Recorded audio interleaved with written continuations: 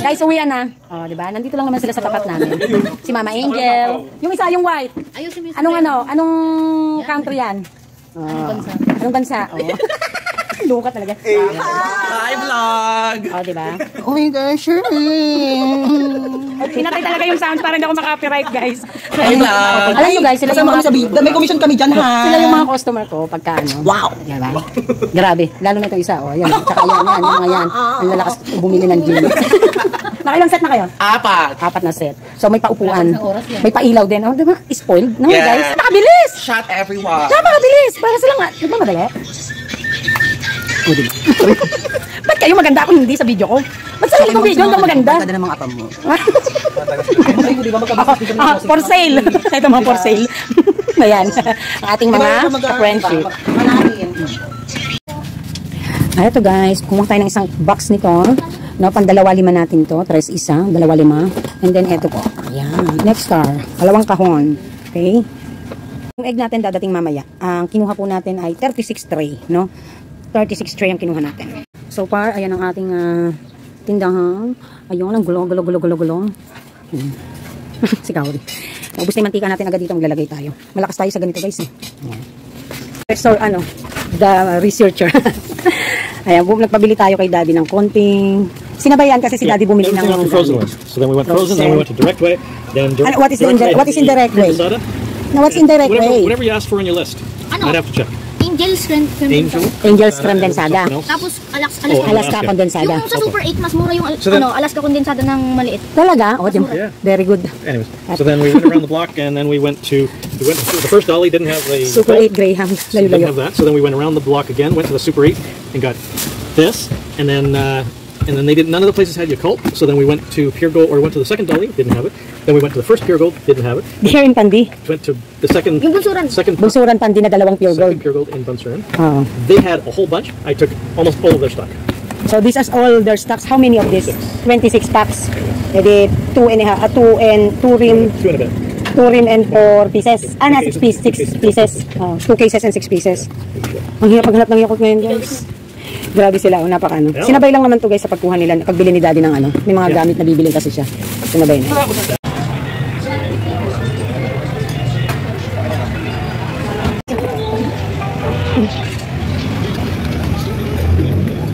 Dalawa lang tayo. Ay, friend. Sa barilis kami. Ay, parang sarap galit natin. Tignan natin! Marami siya. Marap.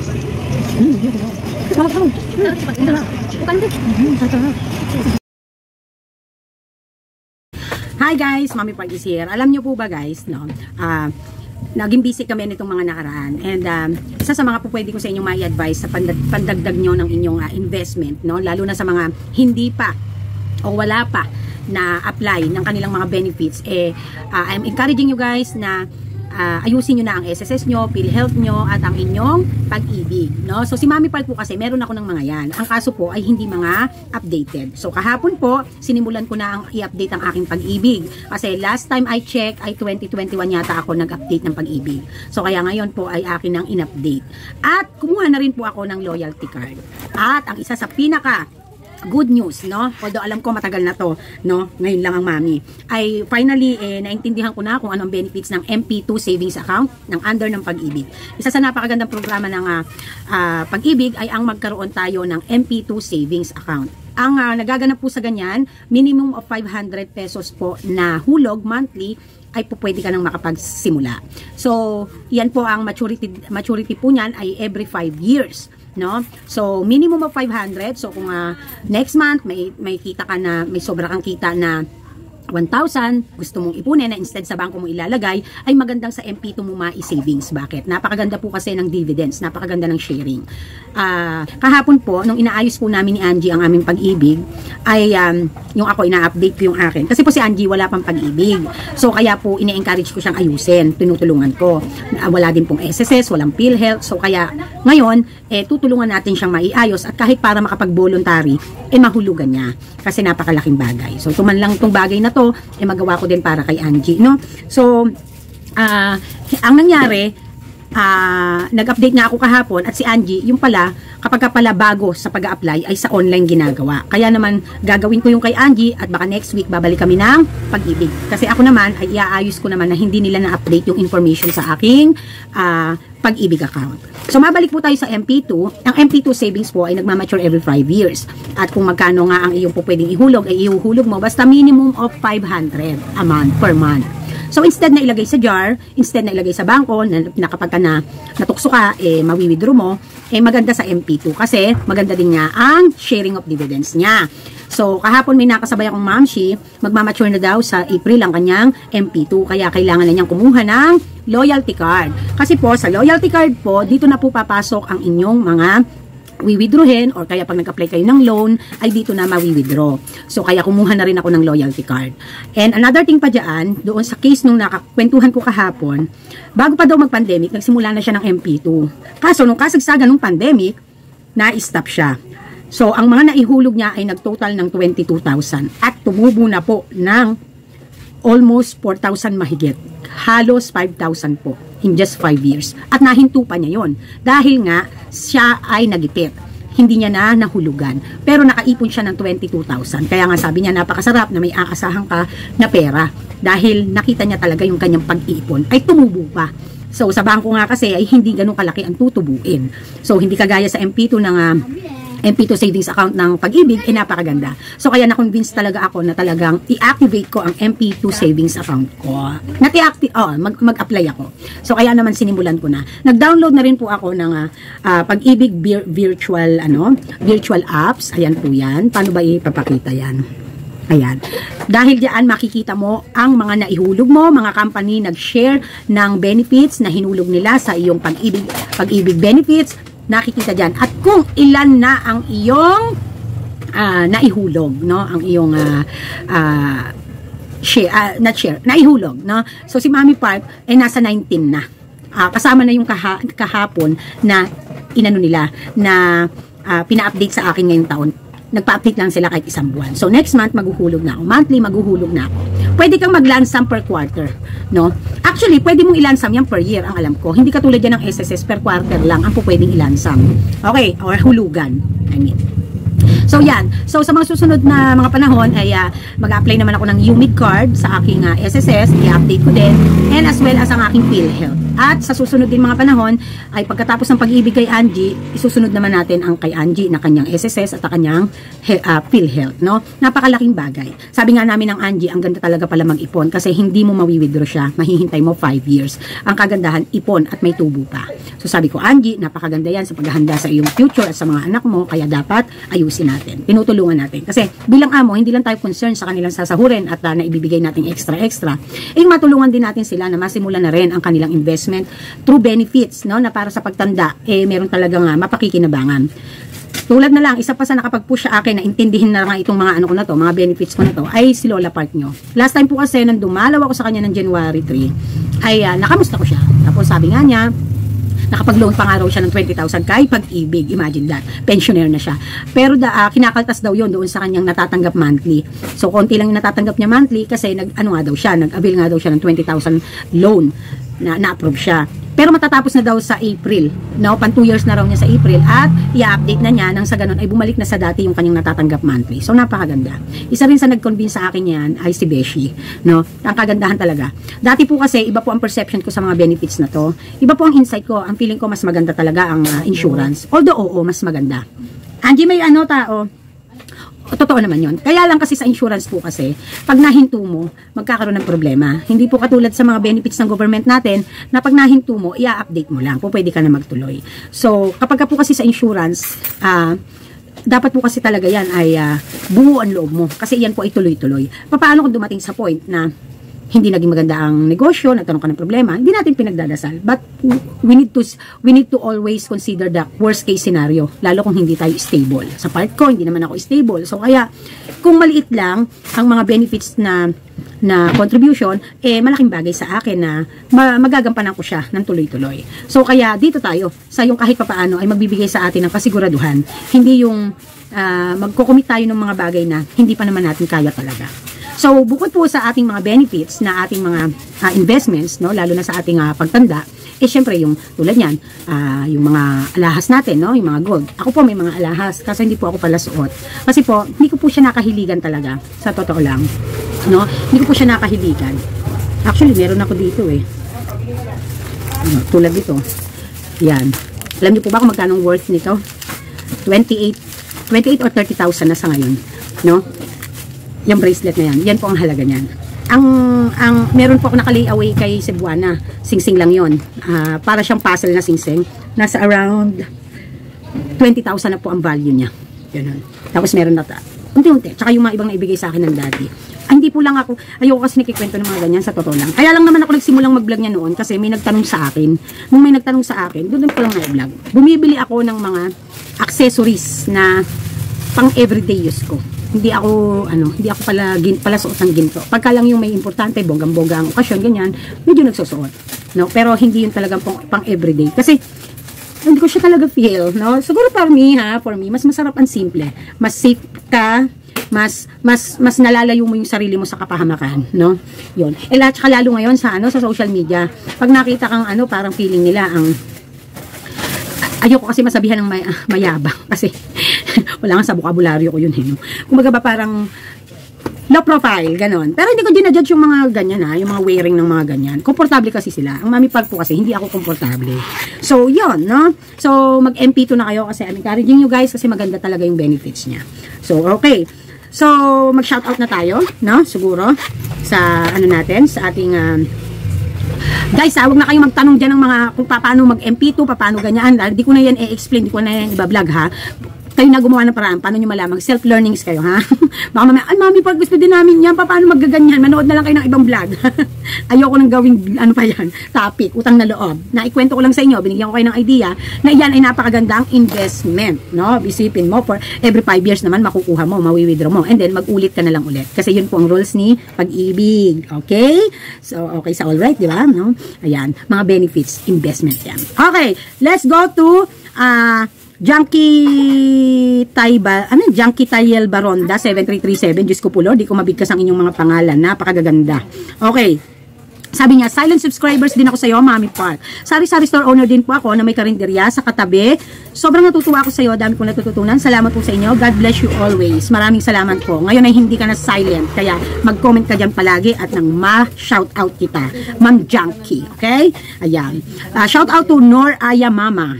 Ask lang po, Mami Pat, pag po ba may nanghihingi sa iyo ng plastic para paglagyan ng items, hindi naman po sa iyo binili. Bibigyan mo po ba? Madalas po tumatanggi ako. Tama lang po ba yon? Lagi po nangyayari yan dito sa amin. Thanks po, sana masagot. Aba, hindi naman sa medyo may kakapalan ng mukha ang mga tao dyan sa inyo, no? Imagine mo, kahihiyan mo na sa sarili mo yun, hindi ka naman bumibili sa tindahan na yun, doon ka pa talaga may guts na manghingi ng plastic. Ang plastic po ay expenses ng ating tindahan, at iyan po ay binibigay lang natin sa ating mga customer o sa mga bumili sa atin. So, kung ganyan po ng ganyan palagi, I say, no. Wag mong panatilihin ganon. Wag mo silang konsintihin na ganon. Kasi ang mangyayari niyan ay lagi-lagi kang gaganyanin. Hihingan ka palagi. No? Sometimes po, customer is not always right when it comes to this case. No? Napakapangit na pag-uugali po yan. So, ako po, nagbibigay ako, basta alam ko naging customer ko siya. At kung kinakailangan. Pero kung hindi po, ay minsan po, bubili dito ang customer. No? Ilalagay, yung ang dami po nung binili sa pinagbilhan niya, nakalagay lamang po sa walang hawakan. Nahihirapan po si customer. Ngayon, bumili po sa akin. At kahit paano naman ay customer ko. Ang ginagawa ko po, ina-upgrade ko yung plastic na supposedly dapat ay ilalagay ko lang din siya halimbawa sa 8x11 na plastic. Ina-upgrade ko po siya sa mini na size, yung may hawakan. Kasi, para mailagay niya yung nabili niya sa iba nang hindi siya mahirapan. So, yung mga ganong serbisyo, okay lang. Kasi nagiging customer ko naman, bumibili. Pero yung hindi bumibili at all at manghihingi ng walang tahasan ng plastic, nako, wag niyo pong gaanin yan at mamimihasa. No? Minsan, mainam lang ding maging mapagbigay. Pero minsan, mainam lang ding maging madamot. Hindi po, sa totoo lang, hindi yan pagiging madamot. Nasa negosyo po kasi tayo. No? Kaya, dapat yung desisyon natin sa buhay, inaayos-ayos natin. So, Ma'am Norian, Mama, wag ka magbibigay, mo sila, no? Pero pag customer mo at paminsan-minsan nabibili sa'yo, pagbigyan mo. Kung maliit lang naman na plastic, hindi mo nakawalan yon. Okay? Ayan. Judith Ramos, ganun pala yon. Pero tama ka, Mami Pat, pagtapat ka ng school, dito lang ako nakadepende sa mga kapitbahay. Madalang lang po kaya po ginawa ko na lang sa school supply. Medyo kumpleto and more candies, sitseria and more toys. Salamat po sa tips, love you po. Ayan. Si Judith Ramos po yung nag-comment nag-comment sa vlog natin na nasa tapat siya ng school. Siya po ay PWD na ang kanya pong hanap buhay ay mga more of school supplies, ganyan, kasi nga nasa tapat siya ng school. So, ang in-advise ko po dito ay kagandahan yon dahil may target market na siya. Alam na niya ang ipoprovide niya. However, ang sabi ko nung last time, ay babawasan ng kita kung ang pinaka-main source ng kanyang sales ay sa school. Kung nagbakasyon, mahina. Good thing naman sa kanya at may mga kapitbahay yung kanyang lugar. So, ibig sabihin, tuloy-tuloy ang kita, tuloy-tuloy ang ligaya. So, good luck and God bless, Ma'am Judith Ramos. Eleanor Rosero 3626, wow Mami, thanks in advance sa pag-share mo ng blessing. Soon ako nang bantay sa Sari-Sari Store, OFW here, at sundan ko ang ibang na-share mo kaalaman. Love you Mami, God bless to us. Love you 2, love you 3, love you 4, love you everybody, love you everyone. That 1D. Ang pangalan niya, that lang, point. Sabi niya, thank you po sa advice Mami Park, relate po ako sa kakompetensya. Thank you sa advice Mami Park, everyday po ako nagsisave ng 300 pesos, sabi din niya. Alam niyo yung pangalan niyang account niya, that lang. Madiscarding Bicolana 3947. Dito Mami, super salamat sa shout out Mami, at grabe na alala talaga ni Mami ang mga past struggling ko sa pagsasari-sari store. Nahook ako sa vlog mo talaga Mami, kahit po still nasa struggling point pa din po ako ng pagsasari store ko bilang renter. Ang hirap makatagpo talaga ng right place, pero still hoping lagi at hindi pa sumusuko. At isa ka talaga Mami sa laging nakatatak sa isip ko kung gaano ka kadeterminado sa lahat-lahat, lalo na sa iyong hanap buhay. At congratulations, more po sa inyong business. Love you Mami, you're my inspiration, you're my inspiration. No. Mary Grace de los Santos. Ako naman po Mami Park, nagsimula po ako ng dishwashing. Bago ako nagtindahan, dahil na din po sa kapapanood ng vlog po ninyo, sa tindahan ko po, 1,500 lang po ang una kong kapital. Tapos yung kita ko po sa dishwashing, dahan-dahan ko pong nilipat sa tindahan. Kaso naman po Mami Park, nagkasakit yung papa ko. Ginamit ko po yung sa dishwashing ko kasi malaki pera noon. Ngayon po, dahan-dahan ulit na makapag-deliver ng truck ng dishwashing. Pero yung tindahan ko po Mami Park, hindi naman naapektuhan. Yung dishwashing ko lang po, medyo bumaba. Okay lang yung bawi ulit, no? Minsan talaga sa panahon natin, sa buhay pala ng tao, no? Sa buhay natin, may mga dumadating talaga na struggles, no? Mga fortuitous events na hindi natin inaakala. Kahit po sa part ko nangyayari po yan, no? Nabigla ang may gastos na hindi mo inaasahan. So kaya ang importante lang, wag nating pababayaan na masisimot ang ating kapital. Nang sa ganun ay makakapagpaikot pa rin tayo at makakapagpa-produce ng kita at makabawi. No? Normal po yan. No? Tao tayo. Kaya ganyan. No? Nabubuhay tayo sa mundo at normal po yan na nangyayari sa buhay natin. Kaya nga po, lagi nating tatandaan, kapag kami personal tayong pinagdadaanan, apektado ang ating ang ating source of income. Kaya po lagi maayos na pag-manage nang sa ganun hindi tayo dadating sa puntong mababankrupt. Okay? Abogado in Artes 3473. Masarap at maganda ang sari-sari store. Kung magandang lugar at walang kakompetensya. Sa sobrang bili, 5 AM to 11 po ako open. O, diba? Grabe, napakasipag din, ano? Kami po 7 or mag-8 hanggang may bibili. Ganun.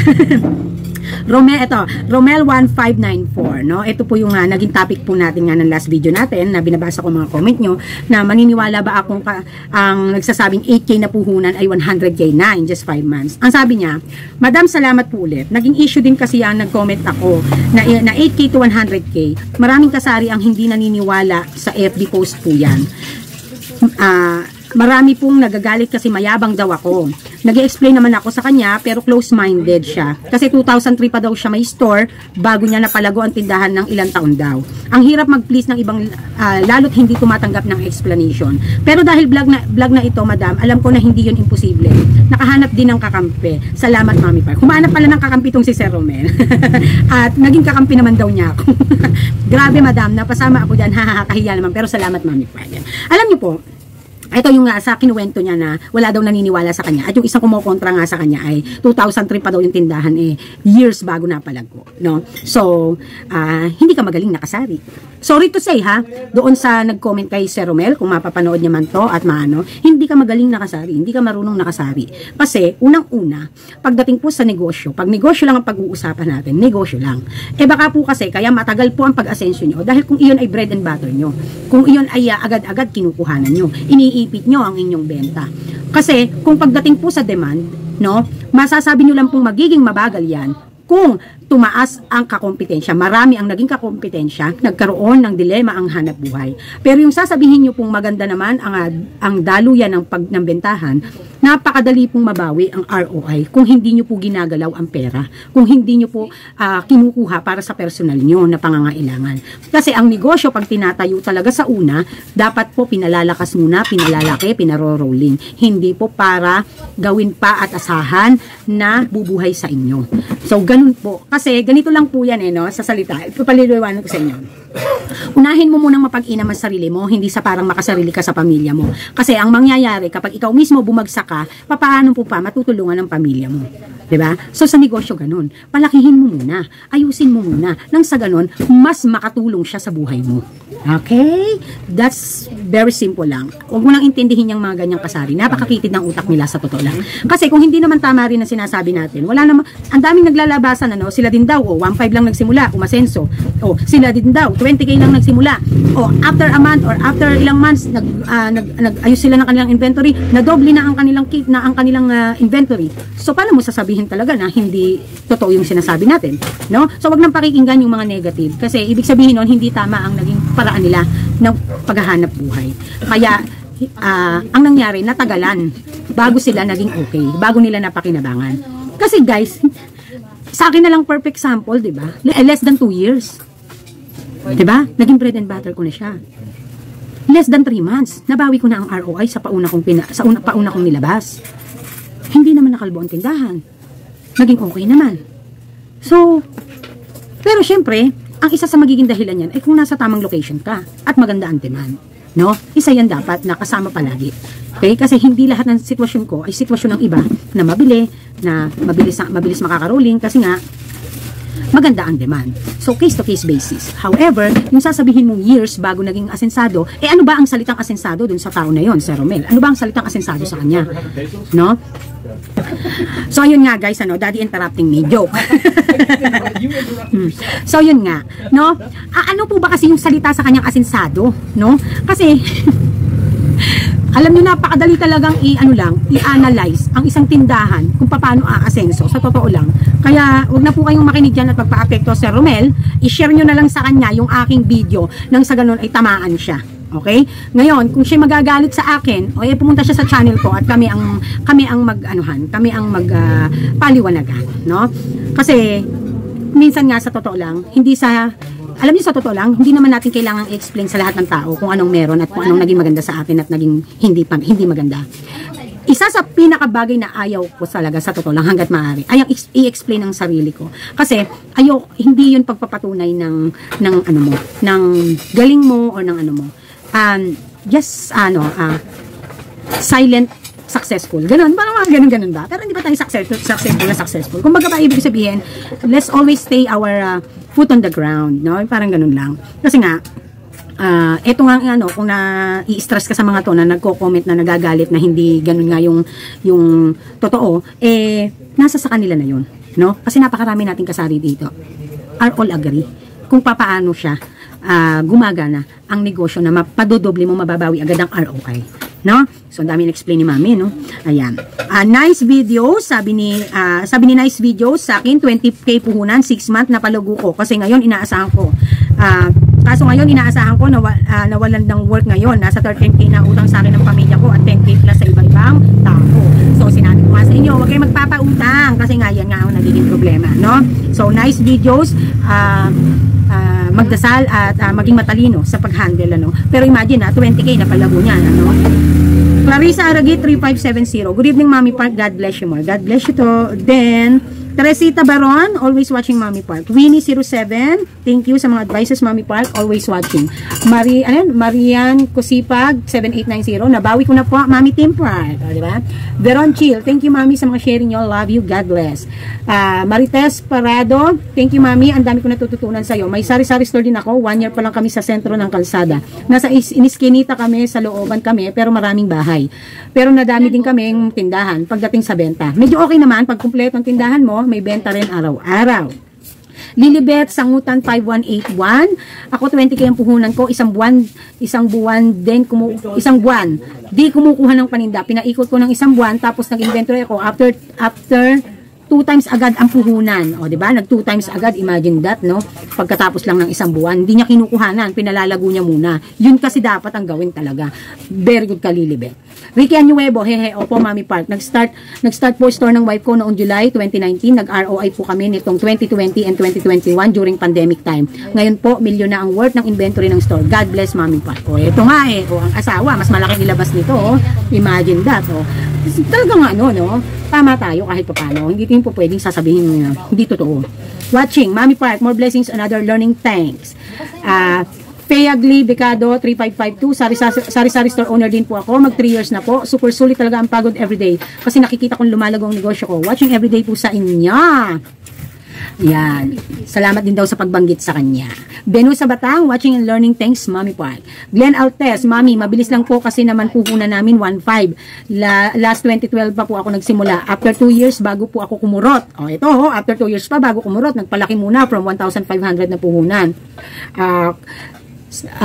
Lahat kinukuha namin, may bayad, pero sa ngayon, ito po na po ang bread and butter namin. May dalawa akong college sa STI, nag-aaral, cash po yun, isa sa elementary ko. This year po, graduate na yung isang anak ko, next year yung isa naman po. May nabili na rin akong property, isang lupa lang, yung isa may bahay na. Pinaupuhan po namin, marami pong naging katas ang store. Di nga po, di ako makapaniwala sa dami ng achievement ko. Salamat, Diyos. More sales po sa ating lahat. O, diba? Imagine that. No? Napakagaling. Diba? Yan ang negosyante. Diba? Imagine. Forest Joy, ulit. Forest Joy naman, I happy to hear you back. No skip ads for Mommy Team Park. Diba? Sabi ni Venus Official, haha, relate much. Dati sundalo daw course anak ko. Ngayon, sabi ko, mag-management na lang. Kaso ayaw daw niya kasi math pa din. Alam niyo po, kahit ano naman pong course ay may math. Kasama po talaga yan sa buhay. So, ang importante lang kasi, kung ano ang gusto mo, kung ano ang passion mo, para sa ganun, kapag gagamitin mo na ang pinag-aralan mo sa mas totoong buhay, mas napapanindigan mo kasi nga gusto mo siya, no? Minsan kasi tayong mga Pilipino, ang pag-iisip natin ng course natin ay kung saan magiging practical at mapakikinabangan natin someday when it comes sa kita, no? But also, we also don't forget na kung alin din yung passion natin. Kasi minsan, baka mamaya kung nasa kalagitnaan ka na ng kurso na kinuha mo, nalabag sa loob mo, baka mamaya hindi mo ituloy. So, mas sayang. Diba? So, for me, sa totoo lang, ang management ay aksidente ko lang na course. Hindi ko naman talaga to personal pick, no, na course. Nagkataon lang. No, kasi gusto ko sanang maging daan para maging way ko siya para makapasok sa university. However, napanindigan ko na rin, no? At I'm so glad, I'm so happy na ito na rin ang aking tinapos. Kasi hindi naman pala ako kagalingan talaga sa English hanggang ngayon. Kaya hindi talaga bagay pala sa akin ng English. Yan. Kasi English teacher for secondary talaga ang gusto ko Major in English for secondary ang gusto kong maging talaga. No? So nabanggit ko po yan sa aking The Design is Very, no, na timeline ng aking series ng The Design is Very na vlog. Okay, Juanito 5574, sabi niya, ang pinuhunan lang po namin galing sa pension ko sa SSS, kaya konti lang. It doesn't matter if konti o malaki. Sa negosyo walang konti, malaki.